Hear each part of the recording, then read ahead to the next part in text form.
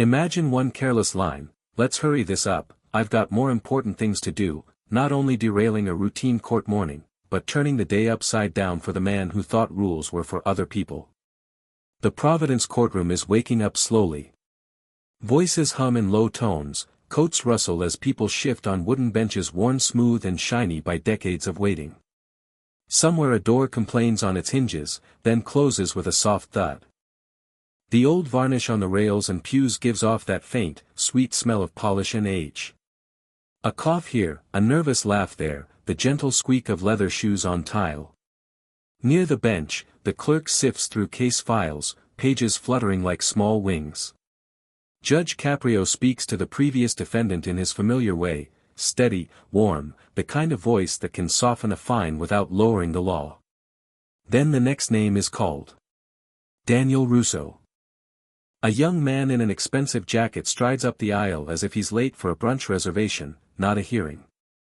25, clean-cut, sharp jawline, hairstyle just so. His phone screen still glows in his hand, he doesn't bother to switch it off, just slips it into his pocket without really breaking eye contact with the world behind it. He pauses near the officer who wrote the ticket and, without lowering his voice much, says, "Let's make it quick, okay?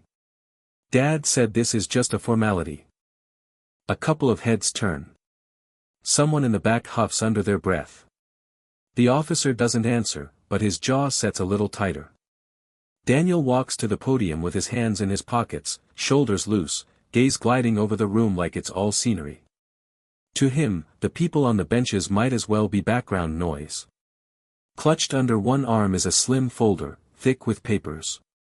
On the tab, in neat black letters, it reads, "For Dad, in court." It doesn't belong in his hands. That much is obvious to anyone close enough to see. Judge Caprio looks up from the screen, taking in the tailored clothes, the easy posture, the barely disguised impatience. "Mr. Russo," he says evenly, "do you understand what you're charged with this morning?" Daniel gives a half shrug. "Yeah. Parking over the limit. Twice." He hesitates, glances at the clerk's monitor. "Maybe 3 times. The system around here is touchy." Someone in the gallery mutters, "System's fine if you follow the signs." The judge keeps his tone neutral. "This is a repeat violation.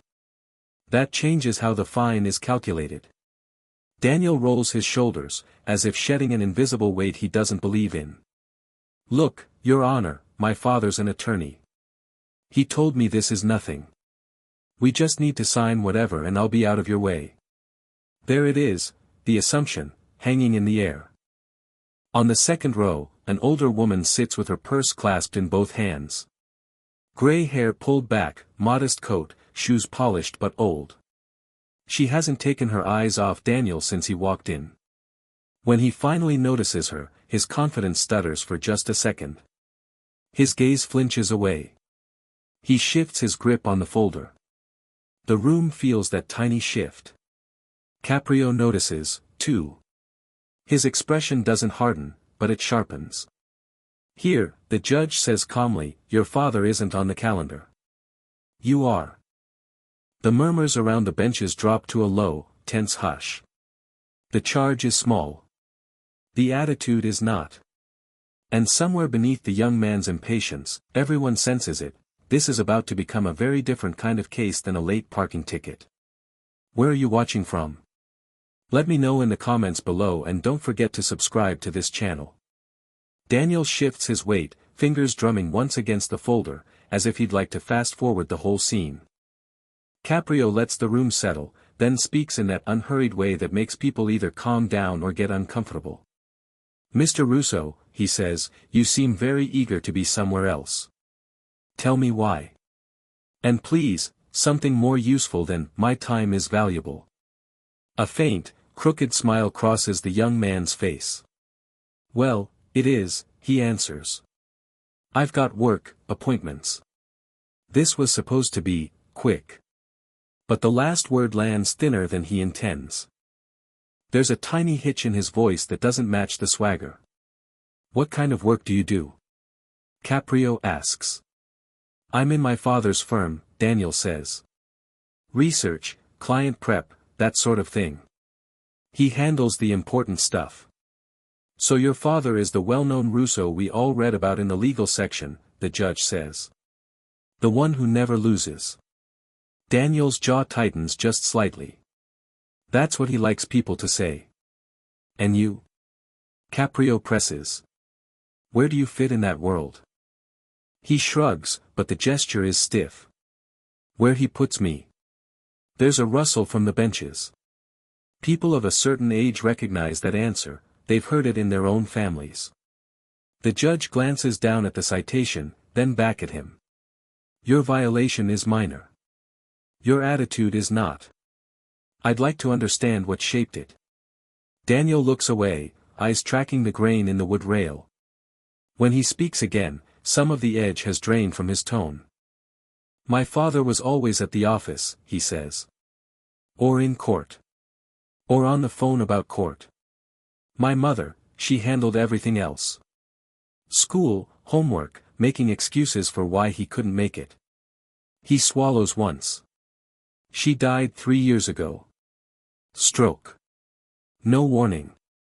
The gallery quiets even more. Even the clerk pauses mid-note. Since then, Daniel continues, it's just been me and him, or it should have been. But he married his work instead. So I learned, if you want attention, you win. You move fast. You don't get stuck in little things. Like parking rules? Caprio asks gently. Like anything that doesn't change the scoreboard, Daniel answers, a bitter little laugh slipping out. And the day you got this ticket, the judge says. Where were you really going in such a rush? He hesitates. The confident mask slips another inch.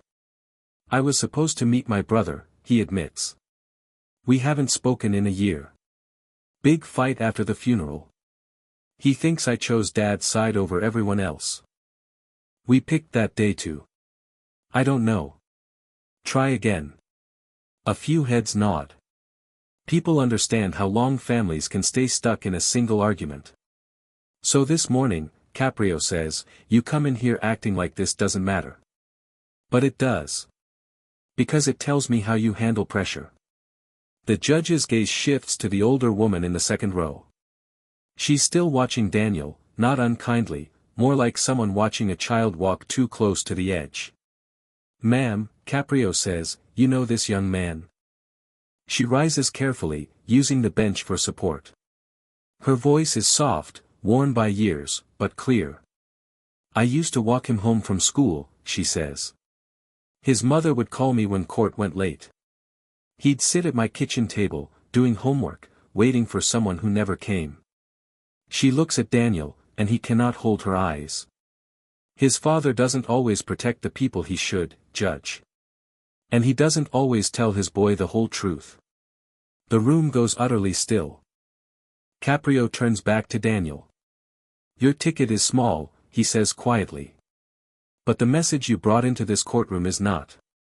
And that, he adds, is what we're really here to talk about. A low hum fills the room as the clerk replays the parking footage. Daniel stands rigidly, jaw locked, the folder pressed too tightly under his arm. Caprio leans forward. Let's take another careful look, he says. On the monitor, the grainy video shows his car easing into the restricted space. But something else flickers at the edge of the frame, a second vehicle easing in behind him, nearly bumper to bumper. The judge pauses the playback. That car, he says, pointing with a pen. Did you know it was there? Daniel shakes his head. No. I came back and it was gone. I thought I just pulled in too close. Or, Caprio says, you felt trapped and acted out of frustration. Daniel's voice drops. I didn't set anything up. I swear. I just didn't see another option. A few murmurs roll through the gallery. Not mocking, curious, unsettled. The judge steeples his fingers. That's interesting. Because frustration doesn't explain this. He nods to the clerk, who lifts the folder Daniel brought. Papers spill slightly, and one corner reveals an embossed stamp. Caprio tilts his head. These aren't materials for your hearing, he observes. These are formal correspondences addressed to the court about a civil action filed months ago, against your father. A ripple runs through the room. Daniel's reaction is instant, too quick, too sharp. They're private. They weren't supposed to be here. But they are, the judge says calmly. And you carried them. Why? Daniel presses a hand to his forehead. It's complicated. The older woman in the second row, his former neighbor, slowly stands again. This time her voice carries a decisive sadness. Judge, she says, those papers, they're connected to what his mother left behind. Things his father hid. Things she wanted the boys to see someday. She looks at Daniel with something closer to grief than accusation. Your father didn't want you to know what she was fighting for. The air thickens, even the floor seems to echo differently. Caprio studies the young man's expression, the way his shoulders curve inward, the way defensiveness has drained into something closer to fear. Mr. Russo, he asks, voice steady but piercing, is this why you've been agitated from the moment you walked in? Because you're holding something that scares you more than any ticket? Daniel tries to answer, but his throat tightens. He settles for a breath that stumbles out unevenly. I'm not hiding anything, he says, though his voice betrays him. It's just. I didn't want to open the folder. I didn't want to see it. And yet, Caprio says, you brought it here. The clerk resumes the video for a few seconds, then stops again. There's nothing more to glean. Everyone now senses the real evidence isn't on the screen. The judge rests his hands on the bench. This is more than a parking violation. Something in your life has been jammed into a corner, just like those cars. He lets a beat pass. And sometimes, young man, the only way out is to stop pretending nothing's wrong. Daniel's fingers grip the folder so tightly the edges bend. He doesn't look up, he doesn't dare. I'm just tired, he finally whispers. Tired of being what everyone expects. Caprio nods, not triumphantly, but with the quiet recognition of someone who has heard confessions from every kind of soul. Then let's find out, he says softly, what you've been carrying, on the road, and in your heart.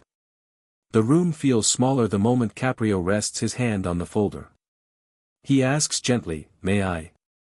Not as a judge demanding evidence, but as someone opening a sealed door. Daniel stiffens. It's private, he protests, but his voice cracks at the edges. The older woman in the second row speaks before anyone else can. He deserves to know, she says softly, no accusation, only sorrow. Caprio nods once and opens the folder. A faint rustle of paper. Then silence thickens as the judge reads. Inside are not parking records, not notes from an attorney. But formal claims filed against Daniel's father, allegations of misused charity funds, forged authorizations, elderly clients left without the support they were promised. A murmur rolls through the gallery, recognition, anger, fear. These are the stories many here have lived through. Daniel pales. No, that's impossible. He ran that fund to help people like. He stops when he sees the betrayed looks around him. Caprio's tone is steady but weighted. These filings suggest he used the charity to shield taxable income. And this, he taps a signature, seems to bear your mother's name, dated after she was too sick to sign anything. A single gasp breaks through the crowd. Daniel swallows hard, shaking his head as if he can undo the words by refusing them. He told me he was protecting the family. He said everything he did for us. Before the judge can reply, the officer who issued the parking citation steps forward unexpectedly. Your Honor, he says, almost apologetic, I wasn't planning to speak about this, but Mr. Russo's father called our department that day. Told us to make the file disappear. We didn't. That's why I'm saying it now. A heavy quiet falls. Not hostile, just the kind of stillness that arrives when truth shifts the ground under everyone's feet. Daniel looks like he's standing in debris from a house he thought was solid. His breath comes shallow. Why didn't he tell me any of this? He whispers, more to himself than anyone else. Caprio watches him closely. Not to judge, just to understand the moment a person's world breaks open. Son, he says gently, sometimes the hardest truths are the ones hidden by the people we trust most. The young man presses his palms into the edge of the podium as if it's the only thing keeping him upright. The judge closes the folder with a soft thud that feels final, irreversible. We've crossed a line today, Caprio says quietly. There is no going back to how this morning began. And the room, sensing the gravity, falls utterly still, because everyone understands, a simple parking case has become a reckoning. Caprio lets the room settle before speaking. His tone is measured, almost pastoral. Mr. Russo, he begins, none of what we've uncovered today is your doing. But what you choose to carry forward, that is on you. Daniel stands motionless, eyes lowered. His jaw tightens once, then releases, as if some dam inside him is straining. The judge continues, gently tightening the frame around him. You walked in here treating this case as a nuisance. But the law isn't asking who your father is. It's asking who you are. Those words land differently. Not as condemnation, more like an invitation he never expected. Daniel inhales shakily. I haven't lived at home for months, he admits. I moved out without telling anyone. I thought if I stayed, I'd turn into him. But out there, I don't know who I'm supposed to be. His voice steadies only when he adds, I figured without his name, I was nothing. A few people in the gallery exchange softened glances. The woman from the second row rises again, clasping her purse in both hands. Judge, may I? She asks. At Caprio's nod, she turns to Daniel with a tenderness that cuts through the tension. Your father wronged my family years ago, she says quietly. He promised us legal help and never followed through. But I didn't come today for revenge. She takes a breath, steadying her voice. I came because I watched you grow up. You weren't cruel. You weren't arrogant. You were a boy trying to be brave in a house full of storms. Daniel blinks rapidly, as if her words sting more than the accusations against his father. And I'm telling you, she adds, you are not him. Her voice trembles just once, but it's enough to melt a layer of his defenses.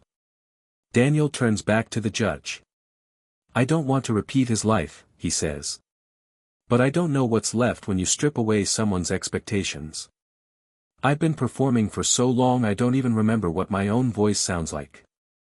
Caprio studies him, then gestures calmly toward the folder. Those papers you're holding, don't think of them as legal documents. Think of them as a mirror. They show what happens when truth is ignored long enough. He turns to the officer. Tell me something honestly, could this young man have avoided the parking violation? The officer nods once. Yes, Your Honor. He had another route. It would have taken longer. But he was in a hurry.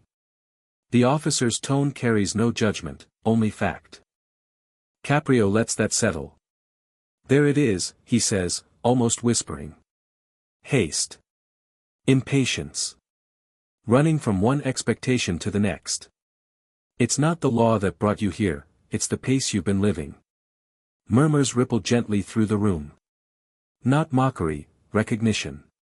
Many listening have lived decades of rushing, worrying, collapsing under obligations. They know too well what no time to think can cost.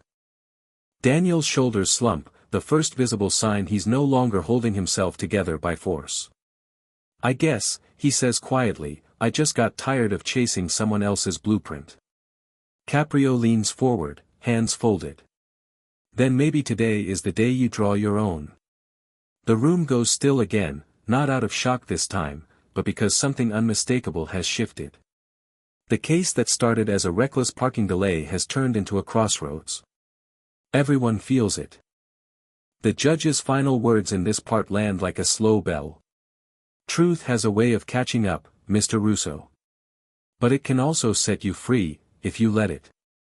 Daniel nods, not defiantly, not defensively, but with the quiet acceptance of someone finally seeing the road beneath his feet. And for the first time since he walked into the courtroom, he allows himself to breathe. Caprio lets a few seconds stretch, giving the room space to breathe. When he finally speaks, his voice is low, steady, carrying the weight of someone who has seen decades of broken stories mend in small, unexpected ways. "Mr. Russo," he says, "I could impose the full penalty. The statute allows it. But punishment isn't the heart of justice." He taps his finger lightly on the bench. Direction is. Daniel stands stiffly, fingers digging into the strap of the folder, bracing for whatever comes next. Then Caprio continues. "I'm dismissing the fine." A brief rustle sweeps across the gallery, surprise mixed with relief. But the judge raises a hand before anyone can react further. However, he adds gently, "Your debt today isn't financial. It's personal." A pause. A shift in the room's temperature. "You will serve 10 hours at the Elmhurst Senior Center. The same place where this lady," he nods toward the woman in the second row, "has volunteered for over 20 years. She blinks, taken aback, not with triumph, but with a humbled sort of wonder. Daniel's face goes slack, not in resentment, but in disbelief. "Why there?" he asks quietly. Caprio's eyes soften. "Because responsibility grows when we see the world beyond our own reflection. And because service teaches what privilege often hides." The gallery stays utterly still. Then Daniel steps up to the microphone again, slower this time, as if shedding the armor he walked in with. He swallows hard, trying to find steady ground in his voice. "I want to say thank you, Your Honor," he says. "You're the first person in a long time who talked to me like I could be better than what I've been pretending to be." He glances back at the woman. "And I'm sorry. For the things my father did. And for the way I acted today. You deserved more respect." She nods, no anger, only a soft, weary compassion. Caprio closes his folder but doesn't dismiss the case yet. He looks directly at Daniel, as if speaking to the part of him that's been hiding for years. "The law," he says, "isn't a hammer. It's a compass. It's meant to point us back to ourselves when we've lost our bearings." Those words settle over the room like a blanket. Several older spectators bow their heads, hearing truths that echo their own lives. Caprio ends with a final, quiet directive. "Go do your hours. Not because you have to, but because you're ready to start living as your own man." Daniel nods, eyes bright. There is no defiance left, no brittle swagger. Only a young man standing, for the first time, without someone else's shadow behind him. As the hearing concludes, the woman approaches him. She places a hand on his arm as lightly as a memory. "Your mother," she whispers, "would have been proud of you today." He doesn't try to hide the tear that slips down. He simply lets it fall. The room is silent, no applause, no murmur, just a collective stillness that feels like respect. Caprio watches from the bench, expression calm, almost peaceful. Not victorious, simply reassured that, for at least one person, the day has turned a corner. Daniel folds the folder gently, as if it no longer controls him, and walks toward the exit with a different posture, not entitled, not defeated, but unburdened. And the courtroom breathes out, reminded that justice, at its best, doesn't just punish. It restores.